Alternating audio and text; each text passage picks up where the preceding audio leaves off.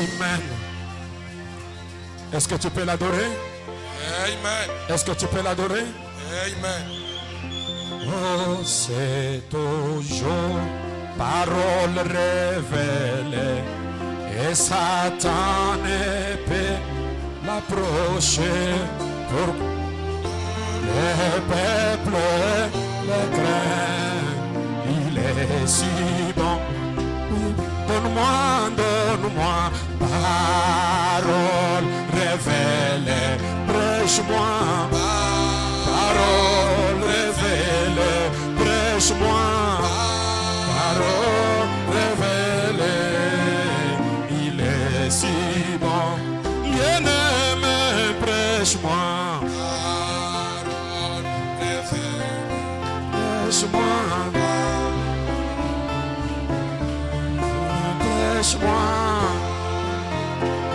révélé. Il est si bon.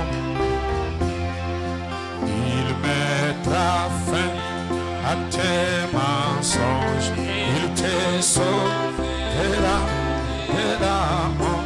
Il fera s'enfuir les démons. Il est si bon. Sembranam, donne-moi parole révélée. Donne-moi parole révélée. Prêche-moi parole révélée. Il est si bon. Il est bon, je n'avais d'autre car il me... Soyez debout. Alléluia.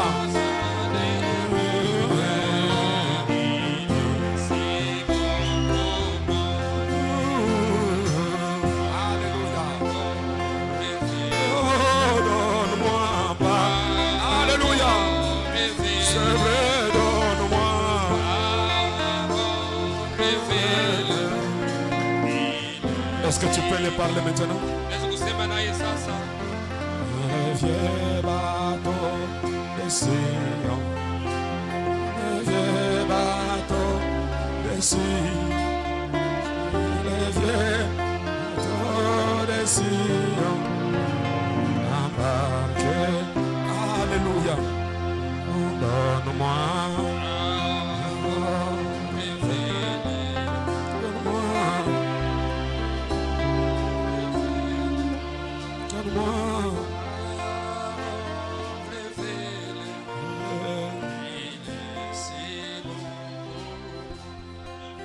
Toi, le souverain berger, toi qui es entré dans les lieux très saints, non pas avec le sang de bouc et de taureau, mais tu es entré avec un sang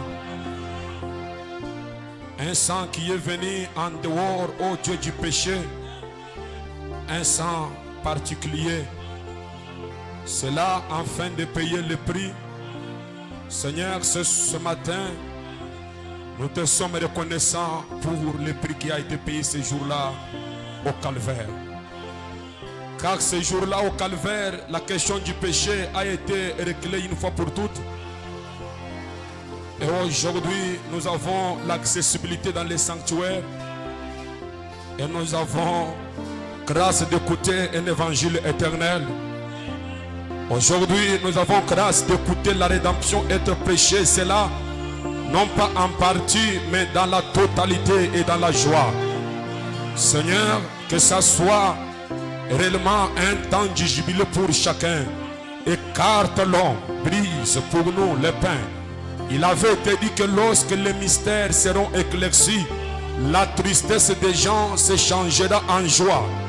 Il a été dit que lorsqu'un esprit d'amour envahira la salle, et chaque mal sera ôté. Que là en soit ainsi.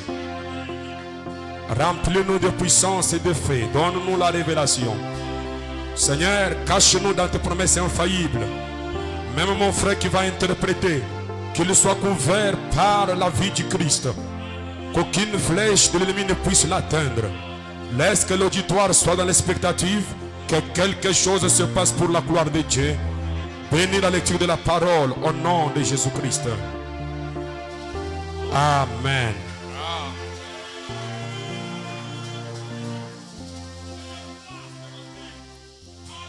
Que le Seigneur vous bénisse. Pendant que nous sommes debout, nous lisons la Bible. Croyez-vous que la Bible est vraie? Amen. Osée chapitre 11. Quand Israël était jeune, je l'aimais. Et j'ai appelé mon fils hors d'Égypte. J'aimerais d'abord vous préciser que Israël c'est le nom de quelqu'un. Voilà. Il était avant appelé Jacob. Et après, quand il a croisé Dieu, il a combattu avec Dieu, il a vaincu Dieu. Croyez-vous qu'un homme peut vaincre Dieu? Nous allons vaincre Dieu ce matin. Si nous pouvons vaincre Dieu, à combien plus forte raison les démons? Est-ce que vous connaissez comment on peut vaincre Dieu? Connaissez-vous comment on peut vaincre Dieu? Par sa parole. Amen. Toi tu as promis ceci. Toi tu as promis ceci. Toi tu as promis. Tu vas les vaincre. Il va fléchir devant sa parole. J'ai appelé mon fils hors d'Égypte. Matthieu chapitre 2. Lorsqu'ils firent partis, je lis à partir du 13e verset. Voici un ange du Seigneur apparut en songe à Joseph. Je crois au ministère des anges. Parce que Frère Branham dit, lorsque un homme est né de nouveau, il devient un être double. L'un de la terre pour mourir, l'un du ciel pour vivre. Et il devient un candidat à l'association avec le monde des anges. Les anges le visitent. Donc, si quelqu'un n'est pas visité par les anges, il n'est pas encore né de nouveau.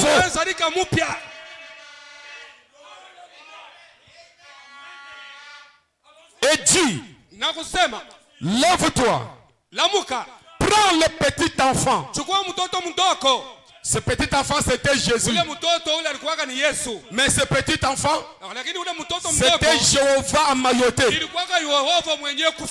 Ce petit enfant était le créateur de toutes choses qui était porté par ses créatures. Ce petit enfant était un bébé exceptionnel.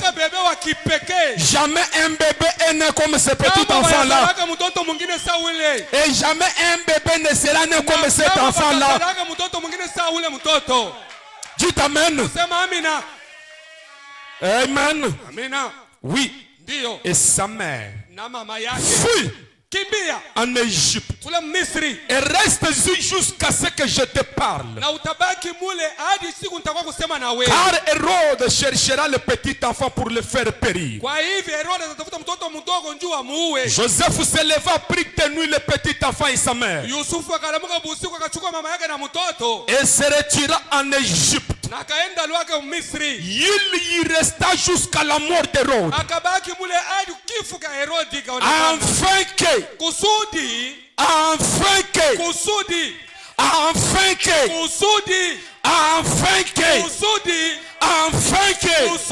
s'accomplisse ce que le Seigneur avait annoncé.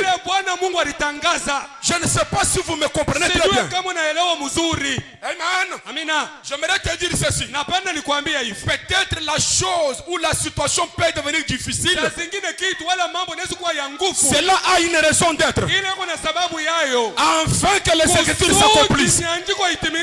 Lorsque Joseph a fui avec l'enfant Jésus, apparemment ça pouvait être comme un échec où on voit Jéhovah, on est en train de fuir avec lui.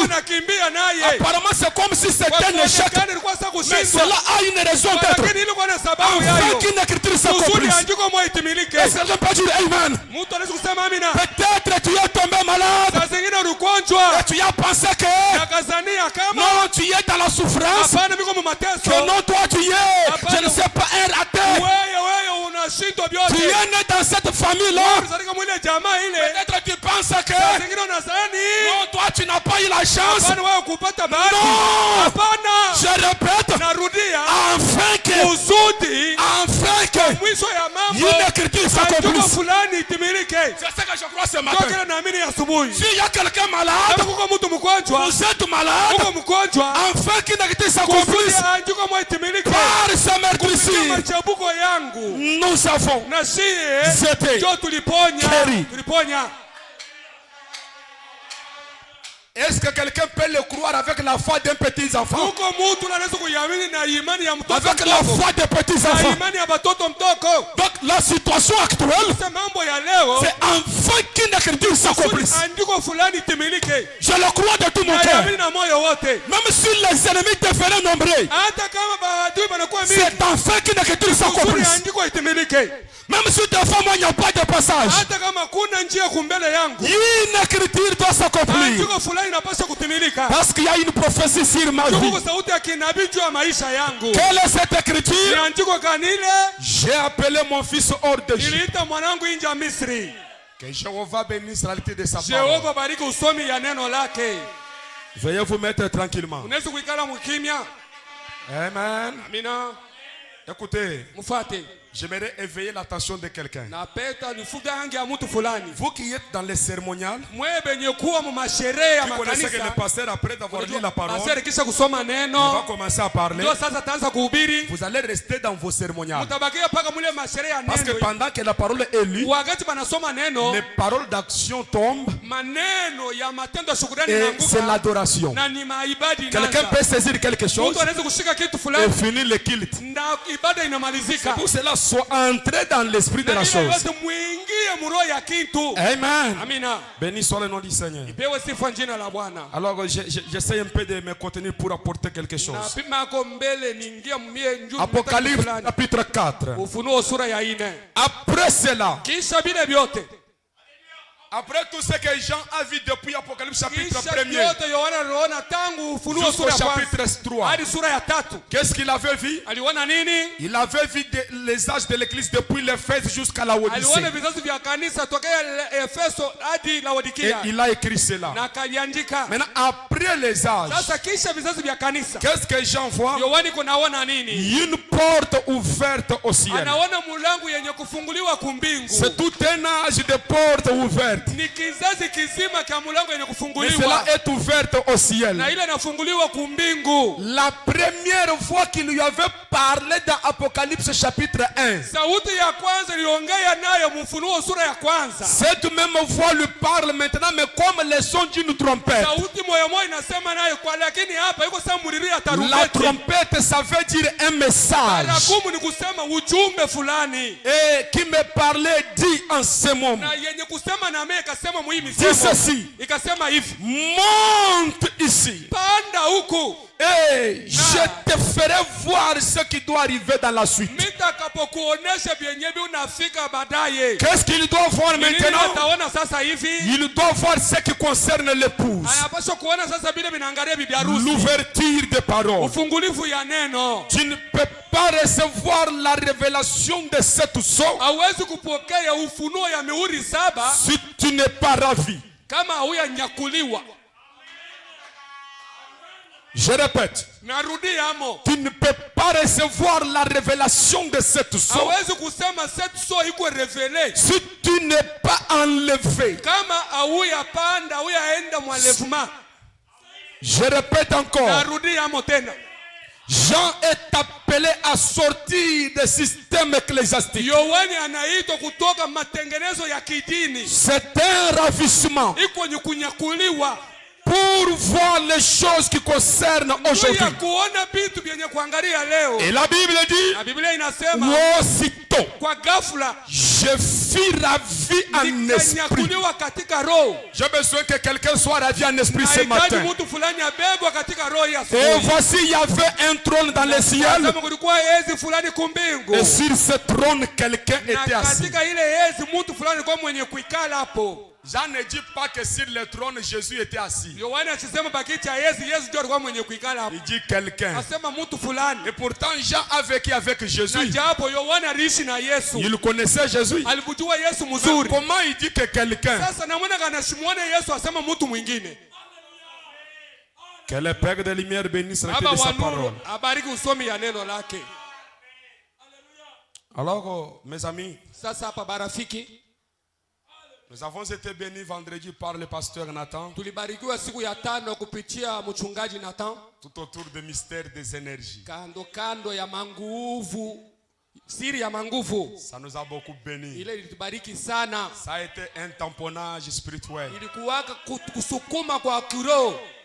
J'ai vu beaucoup de citoyens du royaume d'ici qui sont venus me voir pour dire que nous avons compris ce que vous prêchez. Pendant que le pasteur Nathan était en train de prêcher, nous on s'est retrouvés. Vous savez, le pasteur Nathan a dit quelque chose. Dans les églises, les gens croient il est pasteur et non pas la parole. Mais ici nous avons besoin de croire la parole. Amen. Est-ce que vous êtes avec moi? Mes amis, entrez dans l'esprit de ce que nous sommes en train de voir. On peut prêcher la foi. On peut prêcher la repentance. On peut prêcher tout ça. Supportez-moi, ce sont les accessoires. Mais notre fondement, c'est la perfection. Notre fondement, c'est la prédestination. Un jour, il y avait un homme du nom de Oncle Buddy Robinson. Oncle Buddy Robinson, un jour il était en train de cultiver le maïs. J'aime bien les tableaux. Parce que quand j'écris, les gens comprennent. Je voulais apporter quelque chose. Suivez-moi attentivement. Amen. Alors, Oncle Buddy Robinson, il était en train de cultiver. Et puis il avait son cheval. Maintenant, une histoire bizarre s'est passée. Amen. Oncle Buddy Robinson, je ne connais pas bien dessiner les gens. Je veux juste que vous puissiez comprendre ce que je veux dire. Alors, Oncle Buddy est là. Je pense que vous comprenez. Il est en train de cultiver. Maintenant, il avait son cheval. Amen. J'ai vu que vous me compreniez. Je vais dire quelque chose. Alors, il s'est fait que son cheval a piétiné le maïs. Il a piétiné le maïs, ça c'est le maïs. Alors, Oncle Buddy Robinson a eu très mal. Il a dit, mais comment ce cheval peut piétiner le maïs? Alors, Oncle Buddy Robinson a couru derrière son cheval et l'a mordi. L'a même arraché le poil de cheval. Et maintenant, bon, il y a quelque chose que le Saint-Esprit m'a révélé sur ça. Je pense que vous connaissez l'histoire, comment il a tapé le cheval et puis je pense que vous connaissez cela. Maintenant, regardez ce qui m'a été chuchoté. Ce maïs que le cheval était en train de piétiner n'était pas le maïs. Mais ici, est-ce que vous avez compris? Je répète. Le maïs que le cheval avait piétiné n'était pas le maïs, mais potentiellement le maïs.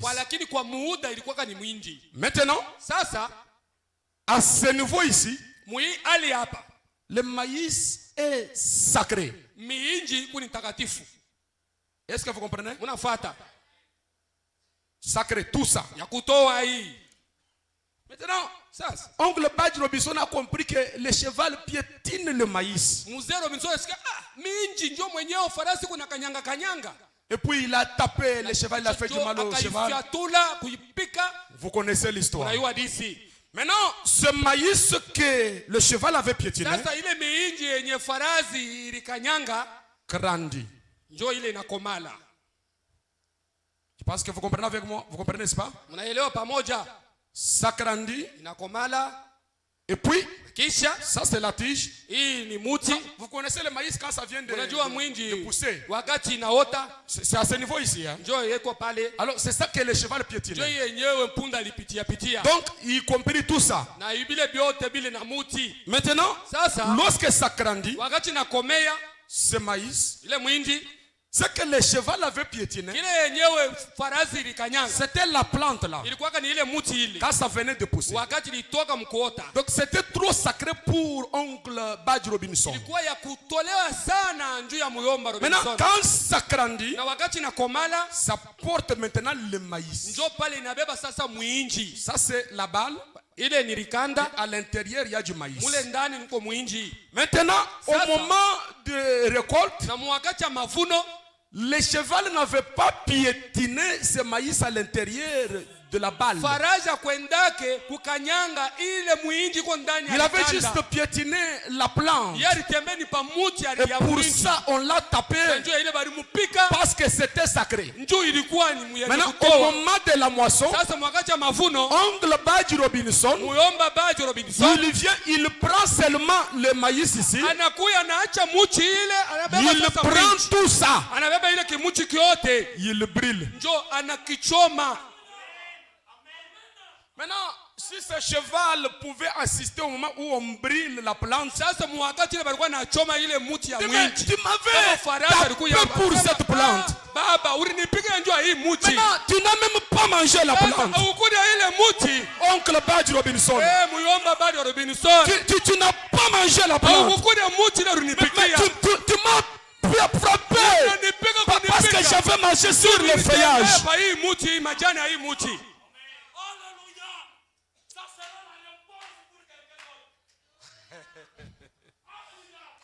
Suivez ici, écoutez la parole. Je médite sur la parole. Ce que je vous dis ici, c'est dans la prière et quelqu'un me chichote. Donc j'aimerais vous dire, le maïs qui était planté, j'aimerais vous dire que l'écrin, c'est le Seigneur Jésus-Christ. Est-ce que vous êtes avec moi? Lorsqu'il commence à pousser, c'est juste des petites feuilles de plantes.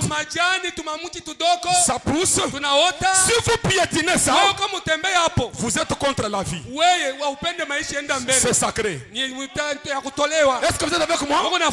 La tige s'appelle la justification. Est-ce que vous êtes avec moi? Ça porte des feuilles, ça porte des fleurs, ça porte les pollens, ça porte la balle. La balle c'est la Pentecôte. Est-ce que vous êtes avec moi? À cette période, si vous coupez la tige, vous avez tué Dieu. À cette période, si vous piétinez ces plantes ici, donc vous êtes contre la vie. Est-ce que vous êtes avec moi? Est-ce que vous êtes là? Lorsque ça grandit, toute la vie qui était ici dans la tige, cette vie-là se condense dans le crin appelé maïs. Maintenant, en cette période, un homme sage, vous allez remarquer avec moi, lorsque le soleil qui a fait germer la semence maïs, au point que la semence, la plante est tellement verte, c'est le même soleil à une étape de la vie. Il fait monter son énergie. L'énergie qui a fait germer la semence maïs, à la fin c'est la même énergie. Vous verrez que la plante maïs n'est plus encore verte. Ça devient sèche. Qui a tué ça? Le soleil. Qui est le soleil? Le Seigneur Jésus-Christ lui-même. Est-ce que vous dites Amen? Donc j'aimerais vous dire, dans l'âge de Luther, la justification était sacrée. Dans l'âge de Wesley, la sanctification était sacrée. Dans l'âge pentecôtiste, la restauration des dons était sacrée. Maintenant, quand nous dépassons tout ça, dans l'âge de l'épouse, l'âge de crainte, l'âge de la pierre de fête, ce qui était sacré n'est plus sacré.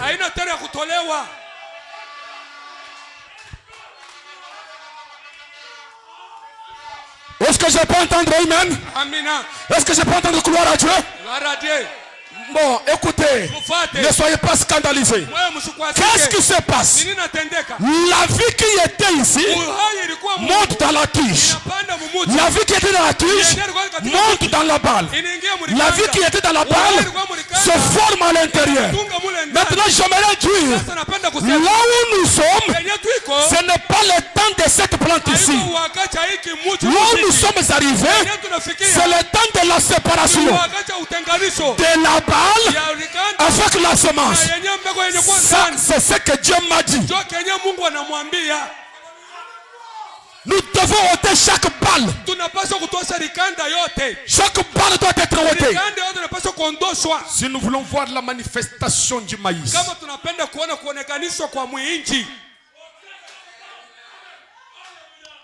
je ne sais pas si vous avez compris ça. Maintenant, écoutons. L'écriture d'Osée chapitre 11.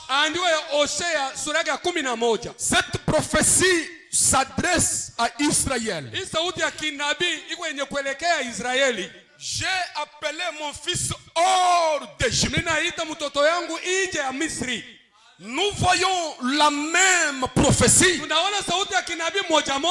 qui est attribuée encore à Jésus. Maintenant, qui est le fils qui est exactement appelé de l'Égypte? Parce que Israël a été appelé d'Égypte. Et que ce soit regardez ici, ne regardez pas dans le téléphone. Écoutez très attentivement. Israël a été appelé hors de l'Égypte. Lorsqu'il est sorti de l'Égypte, les gens pouvaient dire ceci est l'accomplissement d'Osée chapitre 11. J'ai appelé mon fils hors d'Égypte. Mais lorsque le fils Jésus était né et qu'on voulait tuer sa vie, l'ange parle à Joseph. Prends le petit enfant. Va avec lui en Égypte. Jusqu'à la mort du pontifar ou pharaon. Et quand Hérode meurt, l'ange vient maintenant dire à Joseph, sors de l'Égypte avec le petit enfant. Afin que s'accomplisse l'écriture, j'ai appelé mon fils hors d'Égypte. Finalement, cette prophétie concerne qui? Alléluia. Bon, j'aimerais vous dire aujourd'hui que cette prophétie ne concernait pas Israël. Cette prophétie ne concernait pas Jésus. Mais cette prophétie, tout ce qui s'était accompli là, c'était votre type. Cette prophétie doit s'accomplir aujourd'hui et c'est maintenant. Il est question de vous. Est-ce que je peux lire Frère Branham? Frère Branham dit, Amen, gloria a Dios. Le messager dit ceci. Dans question-réponse de 1954, paragraphe 54, le messager dit, combien savent que une écriture a une multiple application?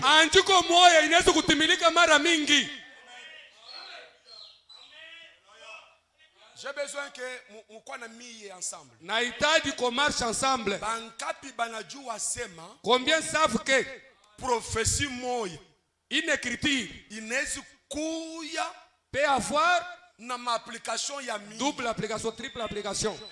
Nukusema andiko moya moya. Sema une seule écriture. Inatimizika ndani ya mtu fulani. Ça peut s'accomplir. Kisha ile andiko moya moya. Inatimizika tena ndani ya mtu mwingine. Kisha ile andiko moya moya. Inatimizika tena ndani ya mtu mwingine. Angalieni mbele. Andiko ile kunasema. Cette écriture. Kupitia bilonda byangu. Dit par me maîtriser. Munatunziwa. Vous êtes guéri. Ça concerne qui? Ni ya nani? Non, ça me concerne. Ni écriture yangu. Ça concerne qui? Ni andiko ya nani? Donc cela s'accomplit sur plusieurs personnes. Mais ça peut varier multiples applications. Alors la même question revient sur Osée 11. Inarudia pa Yoshia 11. Avançons. Twende mbele. Vraiment dit oui assurément. Nasema kwa hakika njoo vipi? Une seule prophétie. Sauti ya kinabii moja peut avoir une multiple application. Inaweza kuwa na namna ya Elle kuiweka kwa chana. s'appliquera exactement pour ce temps-là. Itatimilika kweli kweli mkunjua ile wakati. Elle se répétera de nouveau ici quelque part. Kurudia kwa mara nyingine fasi nyingine.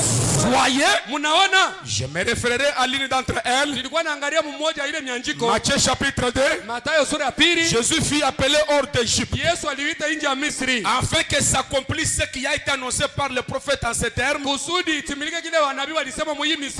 J'ai appelé mon fils hors d'Égypte. Naita mwana wangu nje ya Misri. C'est ça mon sujet de ce matin. Njoo kisina yangu ya hii asubuhi. J'ai appelé mon fils hors d'Égypte. Naita mwana wangu nje ya Misri. Est-ce que vous êtes avec moi? Mungu nafuata huko. Est-ce que vous êtes avec moi? Mungu nafuata huko. Est-ce que vous êtes avec moi? Mungu nafuata huko. J'attire votre attention. Nafuta yange yenu. Frère Branham dit. William mama anasema. Le sermon intitulé Les signes. Mahubiri anapanga kichwa Paragraphe 200. 200 de 1963. ya mwaka 63. La sortie d'Israël kutoka kwa Israeli de l'Égypte Misri était un type de l'antitype d'aujourd'hui. Ilikuwaka mfano ya kia kweli kweli kia leo.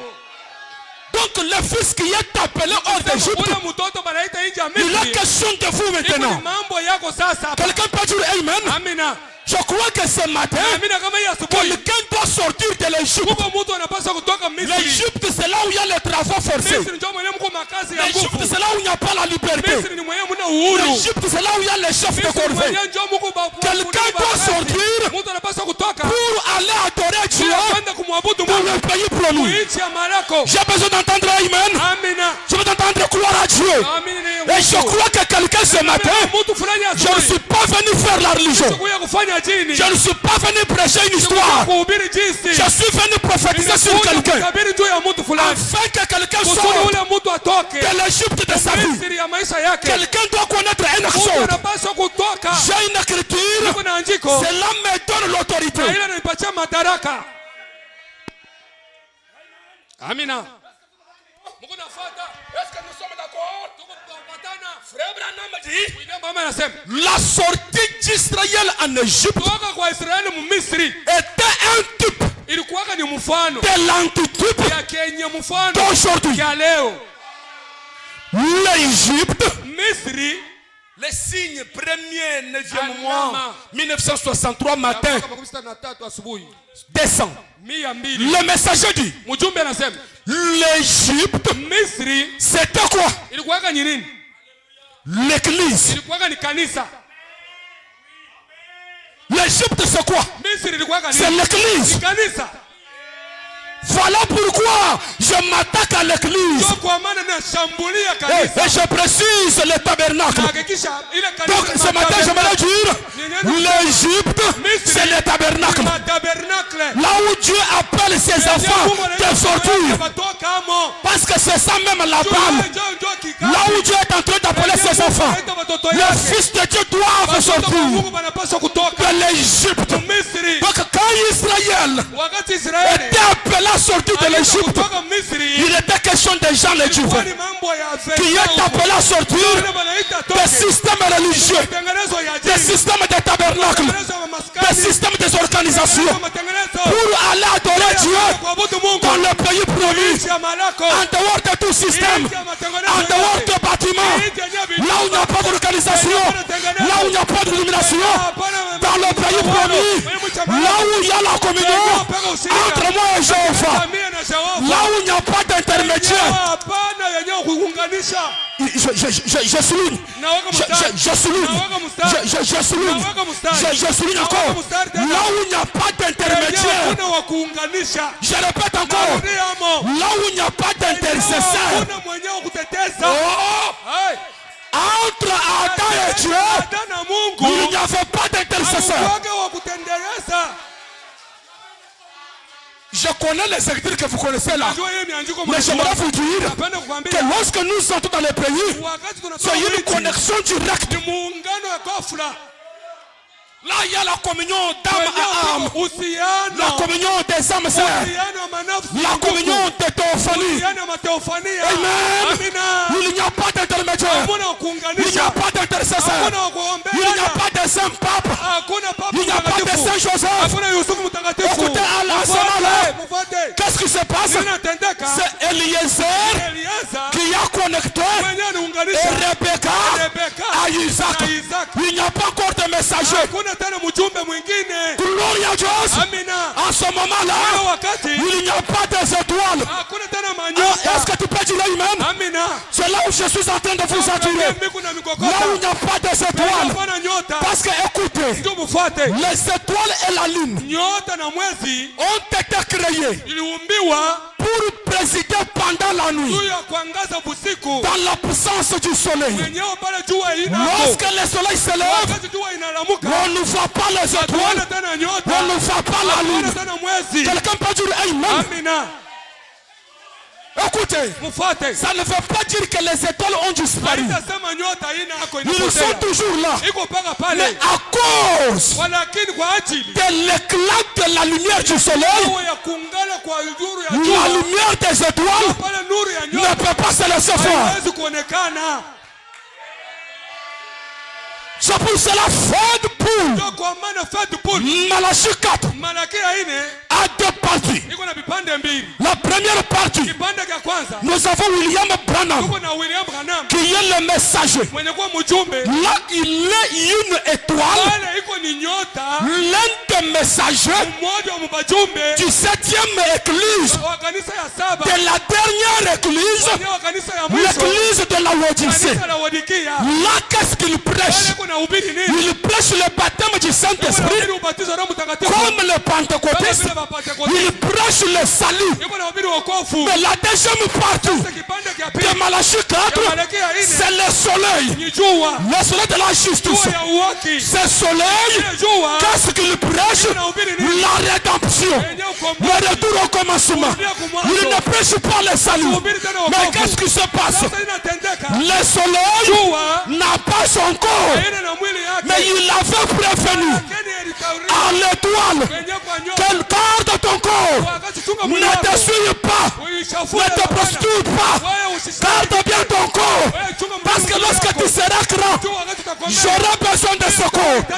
Qu'est-ce qui se passe? La deuxième partie, c'est le soleil qui prend le corps de l'étoile. Ce n'est plus encore l'étoile, c'est le soleil. Gloria a Dieu. Pendant que je parle, j'ai besoin que le soleil change de forme. Gloria a Dieu.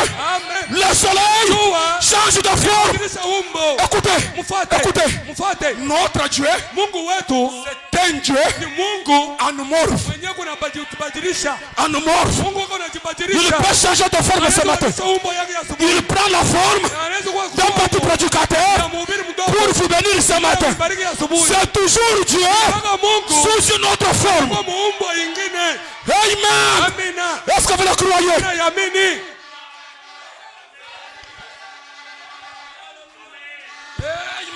Amen. Frère Branham dit, William Marion Branham says, Amen. C'est le type. Amen. L'Égypte, c'est l'église. N'ayez pas une autre opinion de l'église.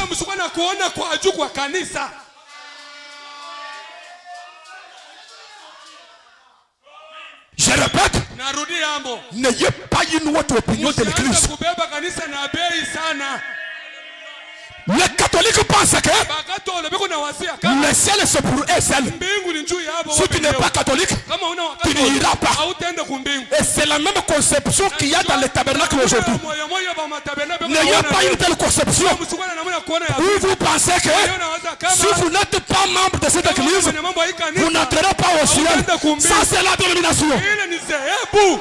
Je ne suis pas là-dedans. Peu importe le corps, là où vous êtes membre, si vous avez la communion avec elle et Elohim, écoutez, le ciel est pour vous. Est-ce que tu peux dire Amen? C'est sûr, c'est un appel à sortir. C'est un appel à sortir. Le messager dit, l'Égypte c'est l'église. J'aime que nous puissions dire, l'Égypte n'est tabernacle. Est-ce que tu peux dire, l'Égypte c'est le tabernacle?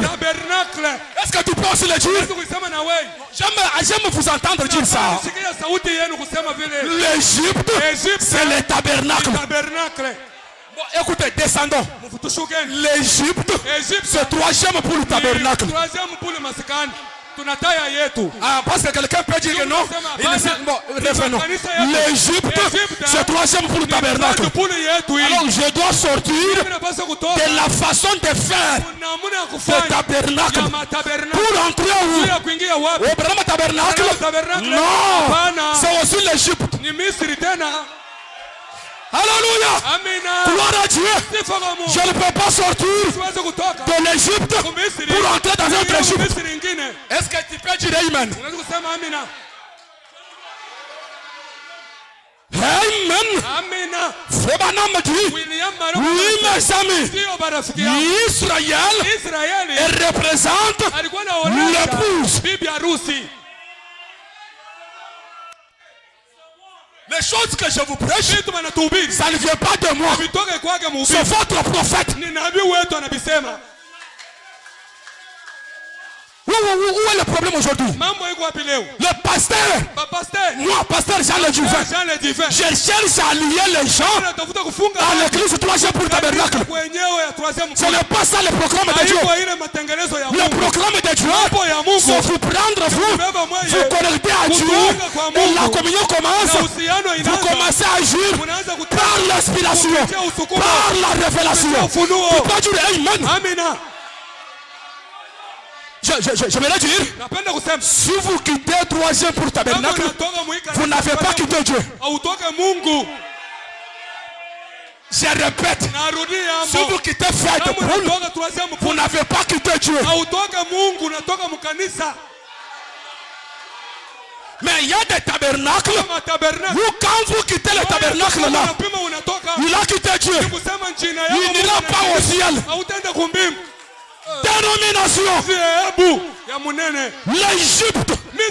Donc maintenant écoutez. Comme tabernacle. Si le tabernacle, c'est l'Égypte. Chef de l'Égypte ni nani? Maintenant le chef. Ça c'est pasteur ou le nani? Le chef de l'Égypte c'est qui? C'est le pasteur. Ouais. Monsieur Pendo Kouyafa. Monsieur pasteur Jean de l'Égypte spende où Pharaon. Monsieur Pendo Kouyafa. Spende où Pharaon. Ne faites pas de moi fa. Tumfanya kuwa Pharaon. C'est lui qui étouffe la liberté des gens. Il leur donne les travaux difficiles pour les empêcher d'aller adorer Dieu. Alléluia.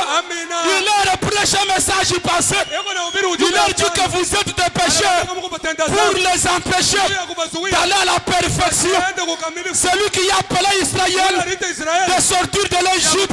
C'est la même voix qui a appelé Jean de quitter les sages de l'église. C'est la même voix qui a appelé les clous de quitter la basse cour. C'est la même voix qui ressuscita Lazare. C'est la même voix qui appela Charlie Cox de faire demi-tour. C'est la même voix qui vous parle ce matin. Sortez du milieu de mon peuple. Sortez des tabernacles. Entrez dans la parole. Branham dit, William Branham anasema, oui, ndio, vous voyez, mnaona, il faut donc inabidi sasa qu'il y ait là kukue pale quelque chose kitu fulani d'où kwenye l'épouse doit sortir. anapaswa kutoka, Elle doit en sortir. anapaswa kutoka hapo. Sortir d'où? Kutoka wapi? De l'église. Kutoka mkanisa. Quand je vous dis sortir de l'église, Kama kutoka mkanisa, ce n'est pas les 4 tonnes. haiko hii malata hii manjanja hii. C'est de sortir du système Kutoka ecclésiastique. matengenezo ya kidini ya La makanisa. façon de faire des églises. Namuna ile makanisa kunafanya bintu.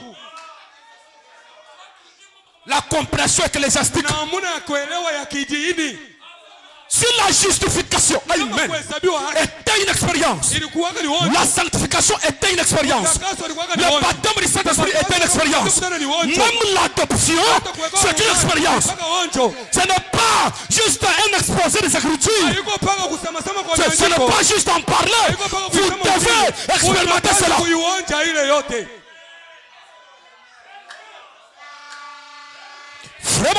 William Branham anasema, Le troisième exode, kutoka kwa tatu 1963, paragraphe 133. William Branham dit, William Branham anasema, qu'est-ce que Dieu a fait? Mungu anafanya nini? Au premier exode, Mkutoka kwa kwanza, il les a fait sortir alibatosha du pays naturel anabatosha muichi ya vers un autre pays naturel. muichi ingine ya bulongo. Là, Pale le leader de l'exode, c'est qui? Leader wa ile kutoka ni nani? Moïse, Kiongozi ni Musa, le libérateur. mwenyewe mkombozi. Deuxième exode, Kutoka kwa pili, il les a fait sortir alibatosha d'une condition spirituelle. hali fulani ya kiroho. Écoutez, Mfuate vers un baptême du Saint-Esprit. anaenda kubatizwa ya Roho Mtakatifu. Maintenant, troisième exode Kutoka kwa tatu commence où? inaanzia wapi? Du baptême du Saint-Esprit. Vous devez quitter le baptême du Saint-Esprit. Parce que Frère Branham dit, William Branham anasema, tu peux être baptisé du Saint-Esprit tous les jours de ta vie et aller. Walakini unaenda mgeena. Amen. Amina. Branham dit ceci. William Branham anasema, Écoutez mes amis. mfuate barafiki. Aujourd'hui, Leo ni leo. l'exode c'est quoi aujourd'hui? Kutoka ni nini leo? Lisons ensemble. Tusomeni. Il les amène Eko naenda nabo. du baptême spirituel du Saint-Esprit Mbatizo ya kiroho Roho directement dans le pays éternel du. Mara moja muichi ya milele ya milele. J'aime que vous répétez. Napenda murudia. L'exode aujourd'hui c'est comment? Leo ni kiko je. Il les fait sortir Nabatosha. du baptême spirituel du Saint-Esprit vers où? Banaenda wapi? C'est comme si les croyants diminuent. Benye kuamini wanapunguka. Le pasteur Nathan m'a dit, Pastor Nathan mwambia, nalela église oyo. na hii kanisa inanifurahisha. Hao banjimi bazali. Sasa hapana, hapa beko na lambula mai. Il croit la parole ici. Naamini neno hapa. Et il croit bien. Sasa beko na Alors continuons de croire la parole. Plus nous croyons, nous devenons là. Parce que quand nous croyons, nous ne mettons pas point. Nous mettons virgule. Plus ce que Dieu va nous révéler. J'aime entendre Amen. Frère Branham dit, du baptême du Saint-Esprit vers le pays éternel. Dit millénium. Maintenant là, vous avez la conception que l'Église catholique vous a donné du millénium.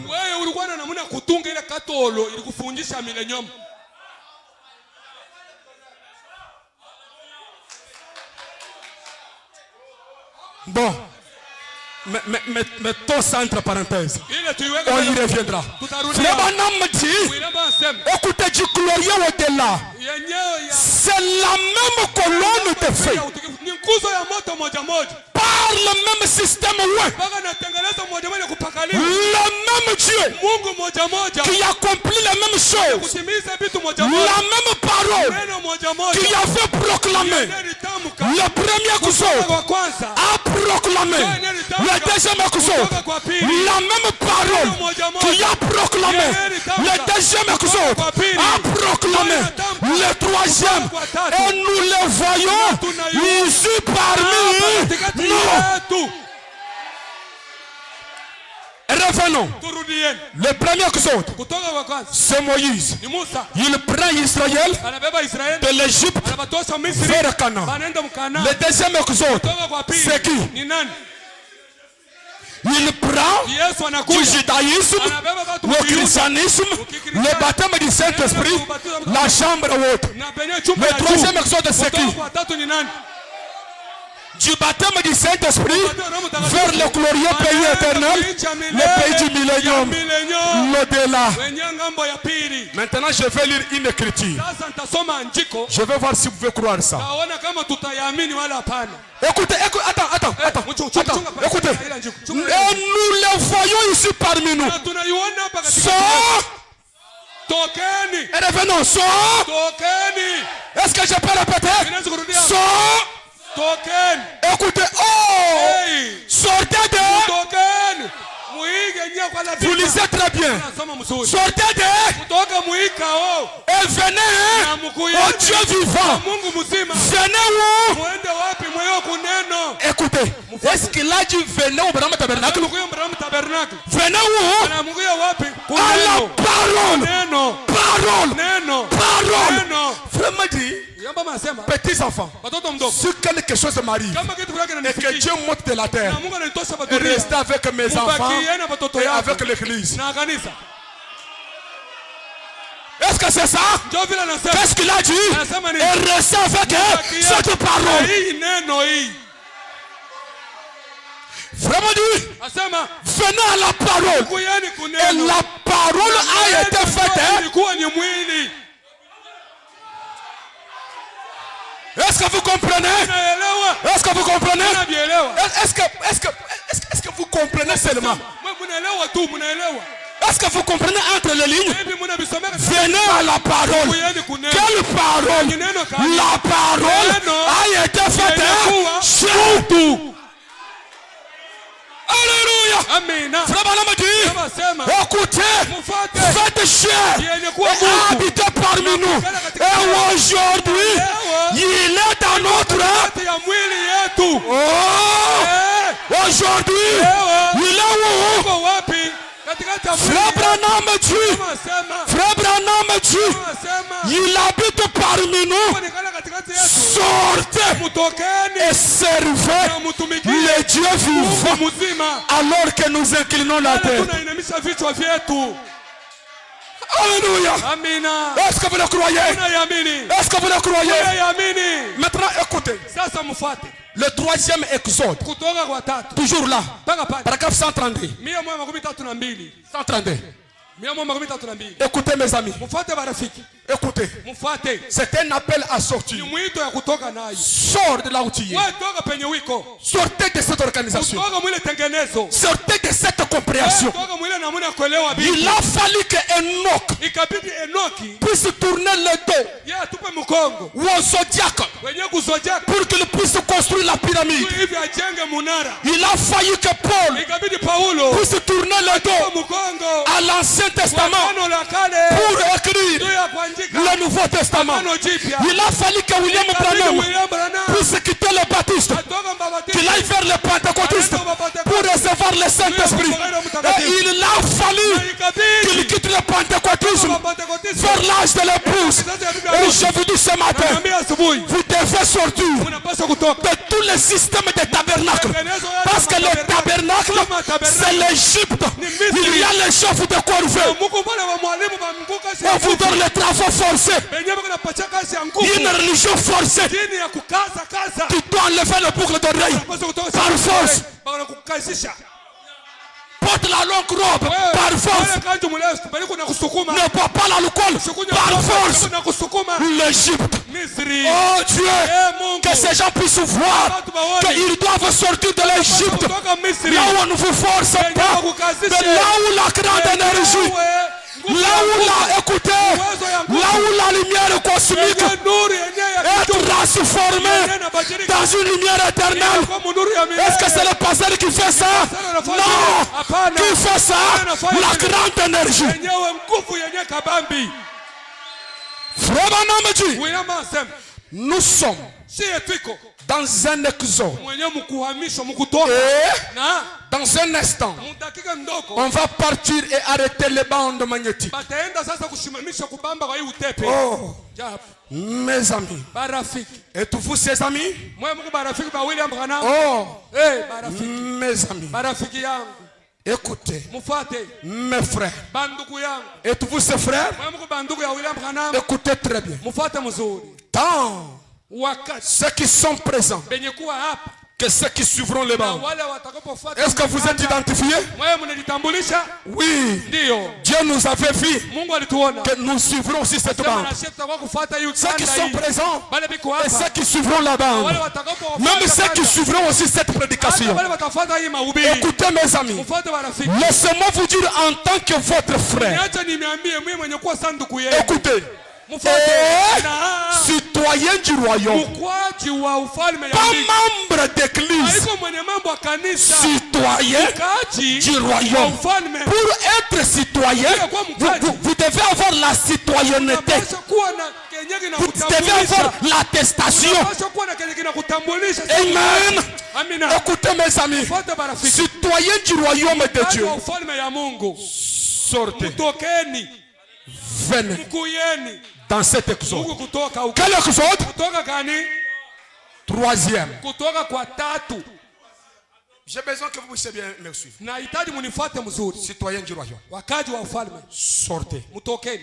Venez dans quel exode? Mkuyeni mkutoka kwa ngapi? Troisième exode. Kutoka kwa tatu. Là où nous quittons où? Kwenye tunatoka wapi? Du baptême du Saint-Esprit Ubatizo wa Roho Mtakatifu. vers le pays éternel. Tunaenda kuicha milele. Mais où est-ce que l'église cherche à vous garder? Sasa kanisa napenda kumichungia wapi? Baptême du Saint-Esprit. Bamichungia mpaka ubatizo wa Roho Mtakatifu. Baptême du Saint-Esprit. Ubatizo wa Roho Mtakatifu. Baptême du Saint-Esprit. Ubatizo wa Roho Mtakatifu. Ce sont les réunions qu'on organise. Ni maibada tubeko natengeneza. Les réunions qu'on organise, Maibada le baptême du ubatizo Saint-Esprit. wa Roho Mtakatifu. On n'organise pas Abatengenezaga les réunions d'adoption. yenyewe ya kuwekea bumwana. On n'organise pas ça. Ila ikalake iko. On organise le baptême du Saint-Esprit. Ubatizo wa Roho Mtakatifu. Chez Corneille, Kwa Cornelio. est-ce qu'on avait organisé 3 jours de réunion de prière pour le Saint-Esprit? Tatu ya kupata Roho Non, Mtakatifu. alors que Pierre parlait, Petro alikuwa iko na neno. le Saint-Esprit est descendu. Njoo ni Roho Mtakatifu. Maintenant, aujourd'hui, c'est quoi? Sasa leo ni nini? 3 jours de réunion. Siku tatu ya ibada. Là où les gens viennent ici Watu wanakuja hapa. avec un visage, une sainteté fabriquée, où on touche une sœur, elle se alléluia, alléluia. Et elle s'élève, elle doute la parole comme un démon. Après ça va tomber. Incrédule, sortez de ces choses. Ce sont les systèmes organisés des églises. Sortez, venez dans cet exode. Écoutez avec une crainte respectueuse. Car tous ceux qui resteront porteront la marque de la bête. Qui resteront où? Qui resteront où? Qui resteront où? Qui resteront dans le baptême du Saint-Esprit.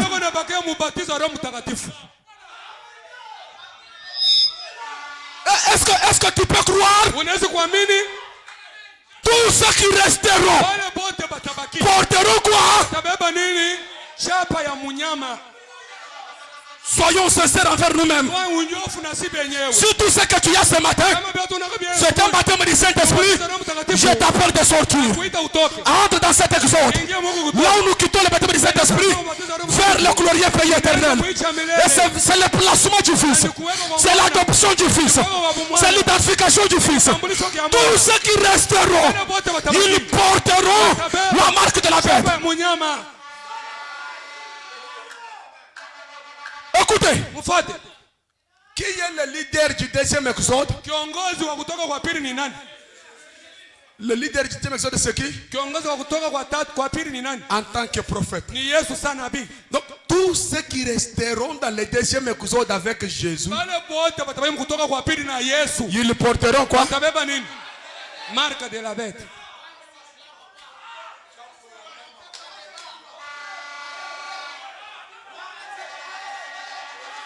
Est-ce que tu peux seulement croire. Unaweza kuamini tu. C'est le même Dieu Ni Mungu moja moja qui vous appelle. anakuita. Parce que quand Dieu quitte quelque chose, Wakati Mungu anatoka mkitu fulani, Satan y revient. Shetani ndio anarudia. Donc j'aimerais vous dire, Napenda kukwambia votre Jésus-Christ, Yesu wenu, celui qui était dans le deuxième épisode, kutoka kwa pili, c'est lui le soleil yeye ndio jua du troisième épisode. kutoka kwa tatu. Mais il a changé de forme. Et c'est lui qui vous appelle. Maintenant, si vous restez Kama unabakia dans le deuxième épisode, kutoka kwa pili, vous portez unabeba la marque chapa de la bête. ya nyama.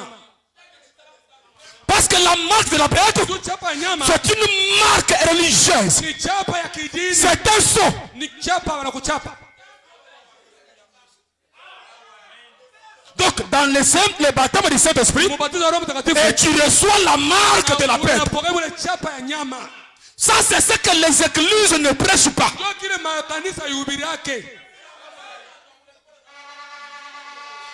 J'aimerais qu'on relise. Napenda turudie ama tuisome tena. Laissez-moi vous dire en tant que citoyen du royaume, Acha nimeambia sasa mkaji wa en ufalme. tant que votre frère, Sasa ndugu yenu, sortez. mtokeni. Venez dans cet exode. Mkuieni Mungu kutoka. Car Njoo. tous ceux qui resteront Wale bote batabakia. porteront Wale njoo batabeba la marque de... chapa ya nyama. Parce que Njoo. tous ceux qui étaient restés dans le judaïsme, Wale bote balibakia mafundisho ya Kiyuda.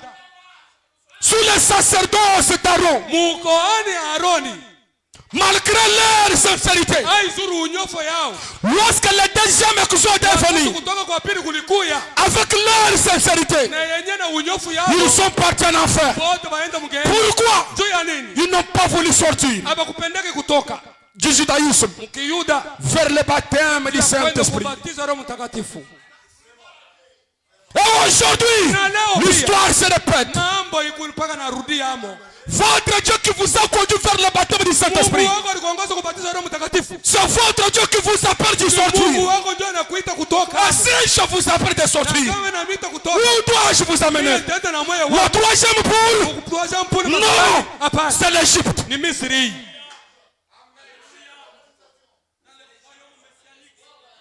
Et Joseph avait demandé à ses enfants, Na Yusufu aliomba watoto yake. jurez-moi mes enfants, Unilapia watoto yangu. que vous n'allez pas m'enterrer en Égypte. Mutanizika humu Misri. Parce qu'en Égypte, il n'y aura pas la résurrection. Humu Misri hamtakuwa ufufuko. Il n'y a pas la résurrection dans les âges de l'église. Ufufuko mu vizazi vya Il n'y a kanisa. pas la résurrection dans les églises. Ufufuko mu makanisa. La résurrection Ufufuko est dans le pays. iko ndani ya nchi. C'est pourquoi, cher pasteur, Sababu ambayo mchungaji ne m'écartez pas dans le système ecclésiastique.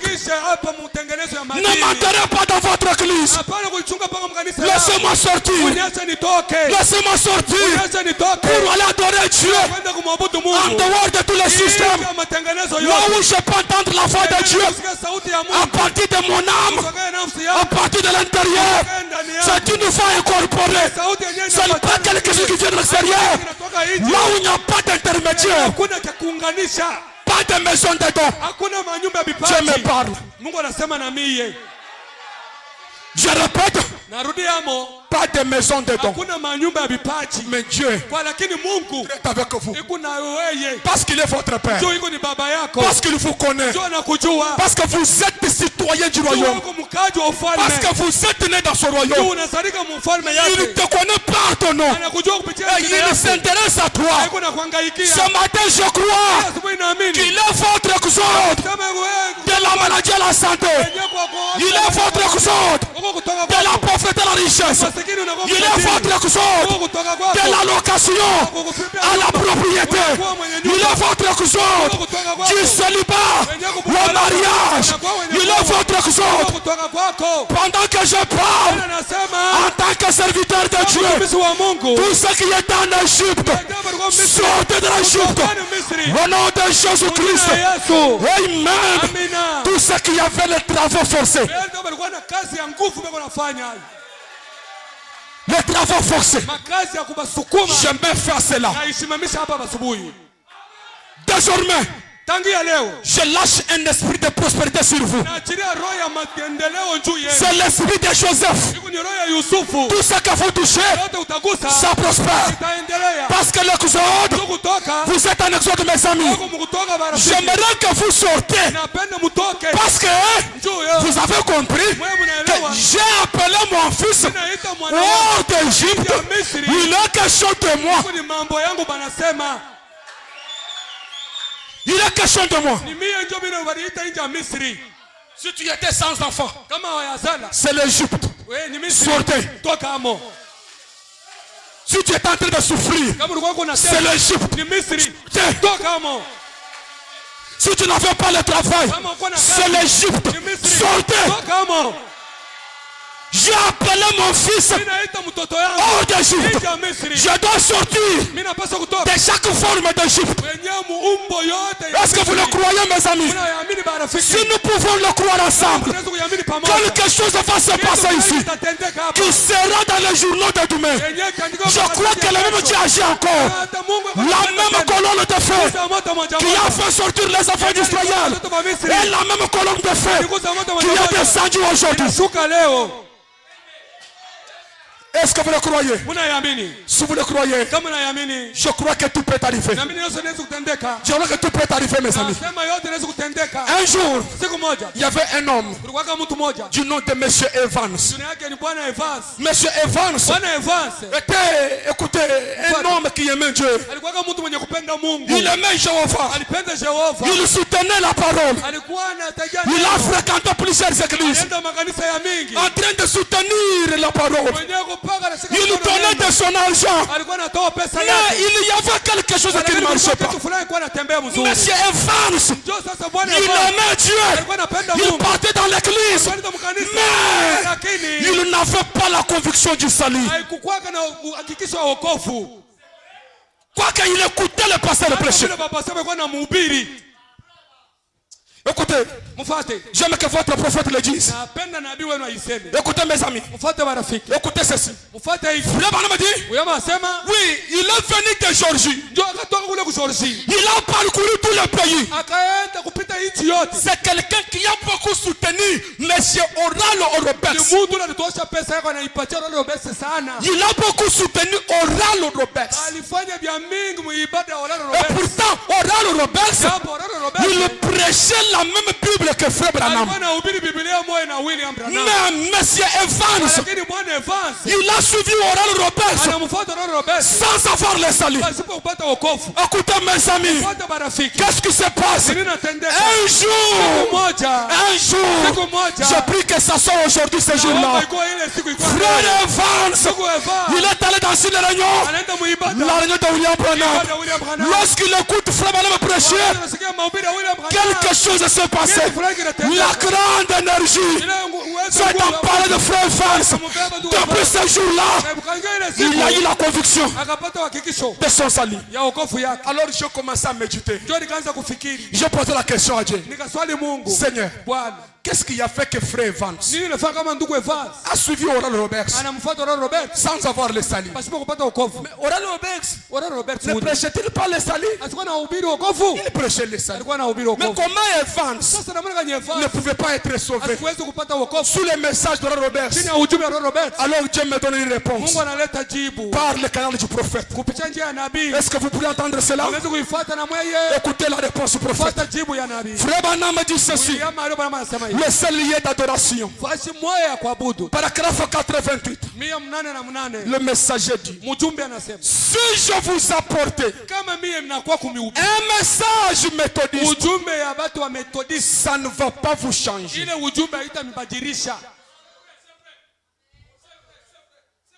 Donc monsieur Evans, quoi qu'il était sincère, il partait là où Melchisedec ne parlait pas.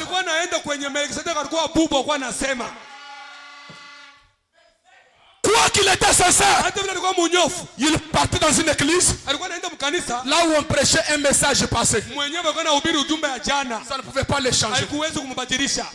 Quoi qu'il aimait Dieu, il soutenait les réunions. On prêche la parole comme de l'eau sur les plumes d'un Canaan. Sa vie n'est pas changée. Il mène la même mauvaise vie. Monsieur Evans, il te manque une chose. Tu es en train d'écouter l'évangile en dehors de la volonté de Dieu. Il y a un évangile pour chaque période. Écoutez, monsieur Evans, il y a un évangile qui peut te changer, qui peut te sauver. Alors, ce qu'il te faut, c'est d'être là où Melchisedec parle. Parce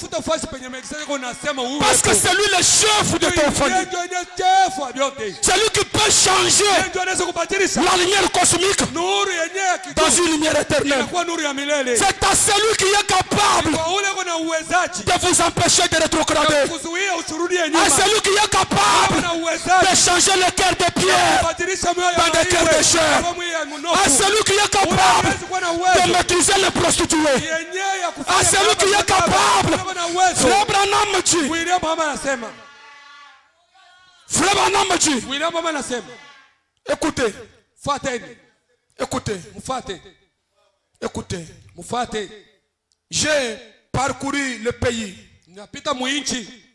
en criant contre le péché, en criant contre le mal. Et quand je revenais, la situation s'empirait qu'auparavant. On dirait qu'il n'y a pas moyen d'arrêter ça. J'ai parcouru tout le pays. Je prêchais de toutes mes forces en condamnant le mal. Je condamne le mèche et ça se multiplie. Je condamne la mondanité. Demain ça se multiplie. Je condamne le fait de porter les shorts. Demain ça se multiplie. Vous trouvez les jeunes sœurs aujourd'hui, elles portent des mini-jupes là où leurs mollets sont visibles. Je condamne. Ça s'empile.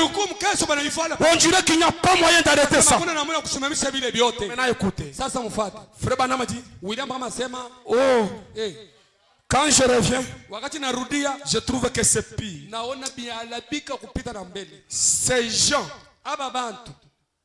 Ces gens qui mènent une mauvaise vie. Ces gens qui font ce que vous connaissez de mal. Frère Branham dit, ces gens, ils aiment faire ce qui est bien. Mais il y a quelque chose là qui les empêche de faire ce qui est bien.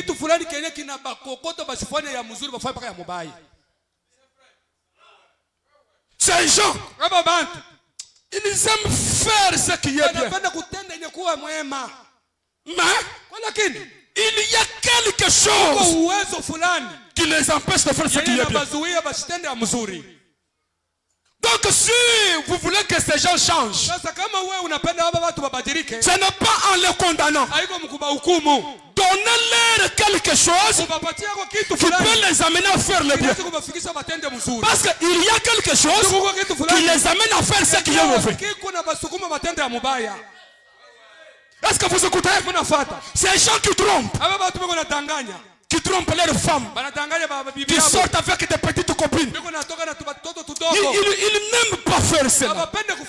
Mais ils sont sous l'emprise d'une énergie négative. Alors, c'est dont ils ont besoin, c'est une autre énergie qui peut les attirer de l'autre côté. Ils n'ont pas besoin de la loi. Ils n'ont pas besoin d'une vie forcée. C'est en Égypte où il y a les diacres derrière. Si tu ne fais pas ça, on va te livrer. En Égypte. En Égypte. Il y a la police derrière. Si tu ne fais pas ça, le pasteur va te chasser de l'église. L'Égypte. En Égypte, c'est là où on vous force. Enlève les boucles d'oreilles. Si tu as les boucles d'oreilles, tu n'es pas une sœur de Branham. En Égypte. Mais Mais j'ai besoin Kwa lakini nahitaji d'atteindre là où les chaînes tombent de soir. wenye kufika penye minyororo kuna jangukia. Là où la lumière cosmique Penye nuru ya peut être kinyota transformée inaweza kupatikana dans une lumière kwa éternelle. nuru ya milele. Il n'y a pas de limite. Mule hamuna mipaka. Là, Mule c'est une vie qui vient de l'intérieur. ni maisha yenye kunatoka ndani. C'est pas une chose forcée. Haikuwa kitu kia kukaza kaza. C'est en Égypte Ni Mumisri. où on force les gens. Ndio mwenye biko na Venez à l'église. Mungu yenu kanisa. Venez à l'église. Mungu yenu kanisa. Si le pasteur ne m'a pas visité, Kama bazara shende Je ne sais ya pas. kwangu mimi sitendo kanisa. Égyptien. Wa Mumisri. C'est en Égypte Ni Mumisri. où il y a ça. Mwenye njuku bia vile. Mais ce matin, Sasa hii asubuhi j'appelle naita mon fils mtoto yangu hors atoke d'Égypte. Mumisri. Pendant que nous méditons, Pale tu tunaifikiri. connais les jars d'Égypte. Unajua aina ya J'aimerais miti. te dire, toi qui as l'habitude de boire l'alcool, Napenda kukwambia wewe unakunywaka pombe. que ce n'est pas ta volonté de le faire. Wewe chukua mapenzi yako Mais kutende. il y a une puissance, une emprise démoniaque Lakini kuko uwezo ya qui kishetani t'amène à faire ça. inakufikisha ukunywe pombe. Mais ce matin, Sasa hii asubuhi j'ai besoin que l'emprise divine, nahitaji ile utawala ya kimungu, que la gloire de Shekinah, utukufu ya Shekina, que la colonne de ile feu nguzo ya moto se tienne entre toi isimame katikati yako et ce wewe péché-là. na ile dhambi, Se tienne entre isimame toi katikati yako et wewe cette puissance-là. na ile uwezo. C'est la chose que je vis de ce matin. Kitu kenye napenda hii Parce asubuhi que moi, je ne serai pas capable ndio pasa sawa na d'être uwezo avec toi au travail. ya kuwa na wewe Mais kukaa. je sais que cet ange Huyu malaika peut te suivre anaweza kufuata lorsque tu es sur le point wakati huko d'entrer dans une chambre d'hôtel ya mchumba ya avec hoteli. une prostituée. Kahaba. Cet ange du Seigneur, Malaika wa mbili. la lumière peut faire Unaweza whoosh, kufanya whoosh, whoosh, whoosh, whoosh. whoosh. Tu es fils de Dieu. Na huko mtoto wa Tu Mungu. es fils de Dieu. Huko mtoto wa Tu Mungu. es fils de Dieu. Huko mtoto wa Mungu. Ne fais pas ça. Hapana Ne kufanya hivi. fais pas ça. Hapana kufanya hivi. Ne fais pas ça. Hapana kufanya hivi. Et tu commences à te pleurer. Na unaanza Tu kulia. regardes la prostituée. Wewe Tu l'as dit, écoutez, Nasema fuate. je suis fils de Dieu. Huko mtoto wa Mungu. Je ne peux pas faire ça. Mimi kufanya hivi. Elle va te voir bizarre. Atakuona wewe. C'est quoi ça? Ni nini ile? Tu es en dehors de l'Égypte. Wewe nje ya Il Misri. n'y a pas le travail forcé. Makazi ya nguvu. Parce que tu peux dire Amen. Unaweza kusema amina. C'est là où je vous invite. Ndio penye beko na kualika. J'ai appelé mon fils Naita mtoto wangu hors d'Égypte. atoka Misri. Celui qui peut t'amener à aimer ta femme véritablement. Ule anaweza kufikisha upende bibi yako vile anastahili. Un homme qui n'aime pas sa femme, il ne s'aime pas non plus. Mwanaume ule asipende bibi yake naye mwenyewe asipendi. Parce que ta femme, elle est une partie de toi. Tu bibi yako ni kipande yako. Ta femme doit sentir que mon mari m'aime réellement. Bibi yako anapaswa kusikia kama huyu bwanangu ananipenda Mais kweli toi, tu kweli. es méchant avec ta femme. Kwa paka mkali na bibi yako. Alors, je t'appelle en dehors de cette Égypte. Kuita nje ile Misri. Je t'appelle ce matin en dehors de ce système. Nje ile tengenezo. Alors, Sasa sortez. tokeni. Sortez. Toka amo. Sortez. Toka. C'est Dieu qui nous appelle. Ni Mungu anatuita. Pendant qu'on nous joue une douce musique. Bale banatumia mimbo pole. Je crois Naamini cette puissance hii uwezo qui peut s'emparer inaweza kubamba de votre intérieur. ule ndani mwako. Pas quelque chose à forcer. Haiko kitu kenyewe beko na kusukuma kufanya. L'Égypte, c'est l'église. Misri ni kanisa. Comprenez que Mwelewa kama quand on vous forcez de mener une bonne vie, pale balikuwa na ubiri bana kusukuma ufanye c'était le maisha chef de mazuri. corvée. Ilikuwa ni mkubwa wa Mais nyama je za crois Mungu. que ce matin, Na mimi kama hii asubuhi ceci est la trompette de l'exode. Yesu ndio tarumbeta ya kutoka. Comme nous sortons, Na vile tuko natoka. s'il y a un chef de corvée Na kama kuko mkubwa wa qui kazi va s'hasarder pour nous suivre, atapima kutufuata, il sera noyé. yeye ule atakunywa Il y maji. aura des noyades Ule kutoka watu de watashamba. tous les chefs de corvée. Wenyewe ba mkubwa wote walikuwa Je le crois ce matin. na yamini asubuhi. Peu importe le nom de ces chefs de corvée Hey, zuru njine ya ule qui va essayer de te suivre ce ule matin atapima kufuata asubuhi. pour t'empêcher Ndio kukuzuia. d'aller dans le pays Wewe éternel. mwicha milele. Qu'ils soient noyés Ule mtu kuja comme les chefs de corvée dans les kama toupes. vile ba Misri. Est-ce que tu peux dire Amen? Sema amina. Je crois que ce matin, si c'est la maladie, elle sera noyée. Yo itashama. Si c'est le péché, il doit être noyé. Sema mumaji. Si c'est n'importe quelle puissance, Kitu chochote. il y a ici Kuko hapa. la grande énergie Nguvu qui absorbe d'autres énergies. Il y a ici ce matin une puissance qui peut absorber les flèches empoisonnées.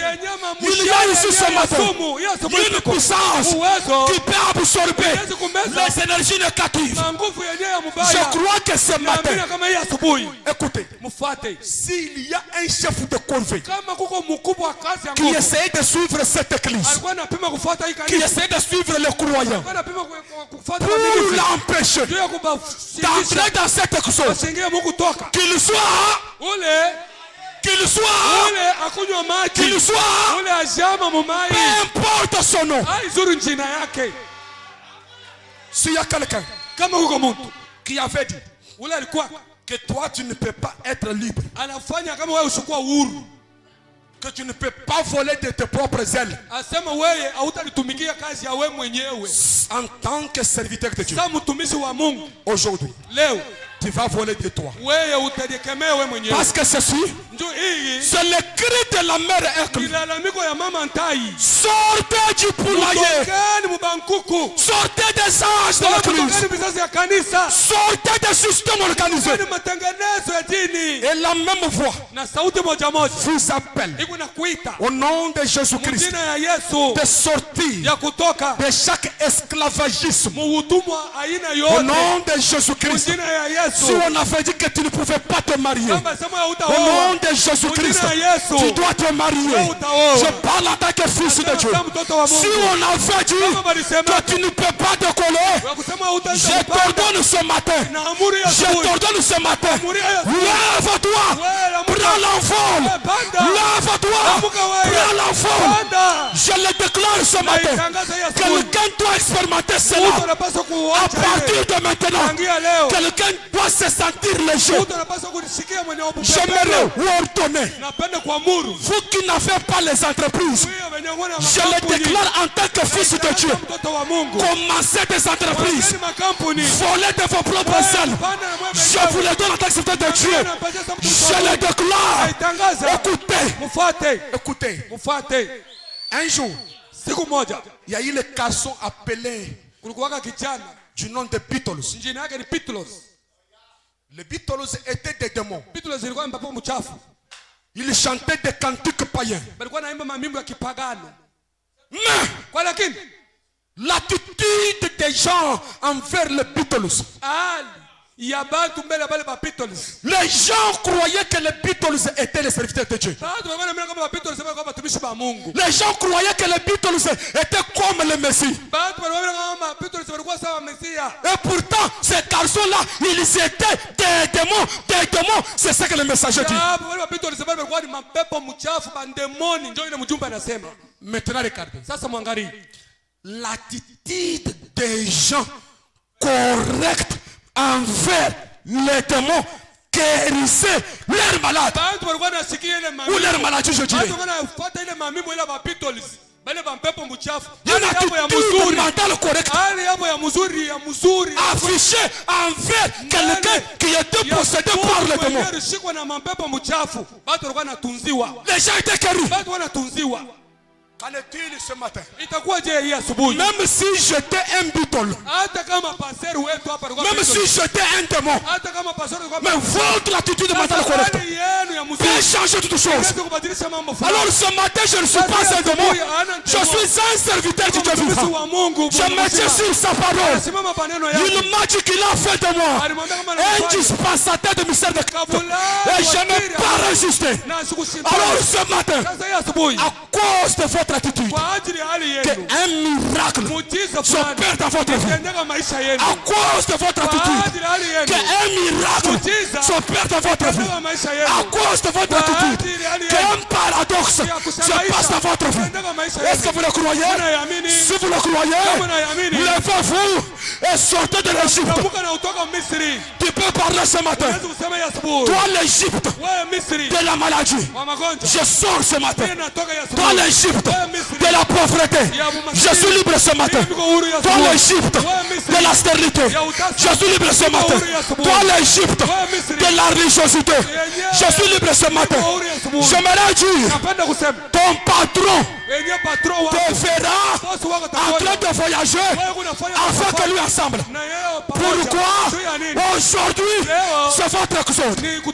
Pendant que je parle, c'est votre exode d'une maison de 2 pièces au point que vous achetez la parcelle. Je le dis au nom de Jésus. Amen. Amen. Pendant que je parle, mes amis, je ne connais pas votre problème, mais c'est le temps d'exode. Je vous demande de prendre bonne position. Pendant que votre corps orphanique s'est approché près de vous, dans votre corps orphanique, il n'y a pas les échecs. Dans votre corps orphanique, il n'y a pas les blocages.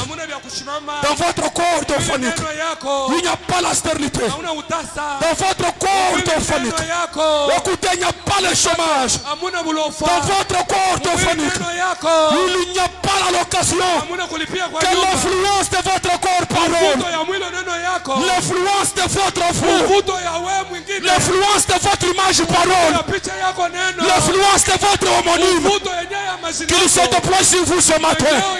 Oh, toi ma famille, toi mon autre moi, toi mon corps parole, toi qui es créé à l'image de Dieu, absorbe maintenant les échecs, absorbe maintenant la souffrance, absorbe maintenant la stérilité, absorbe maintenant toutes les mauvaises choses, absorbe ce matin au nom de Jésus.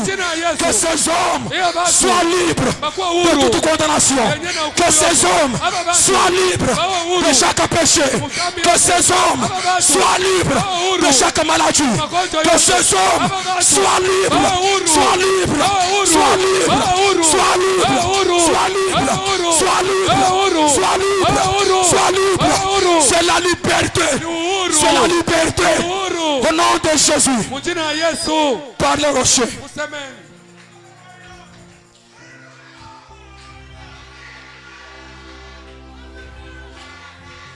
Oh, il y a une cité où l'agneau est la lumière.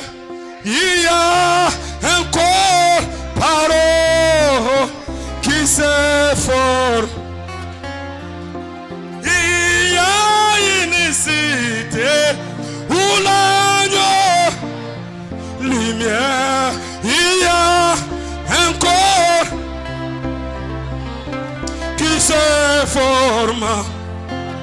C'est la nouvelle jeunesse, le retour en Éden. Oui, c'est le jubilé, la sainte convoca.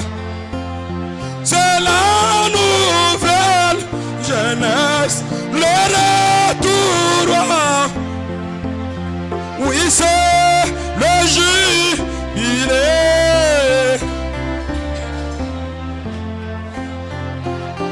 Toi ma théophanie, toi mon corps parole, toi qui es créé à l'image.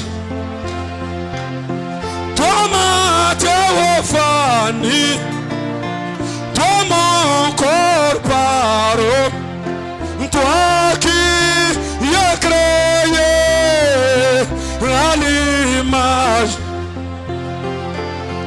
Là dans cette cité, dans ma théophanie, il n'y a pas de maladie, il n'y a même pas de échecs. Là dans cette cité, dans mon corps parole, il n'y a pas de maladie, il n'y a même pas de problème. Toi ma théophanie, toi mon corps parole, toi qui es créé à l'image de chantons.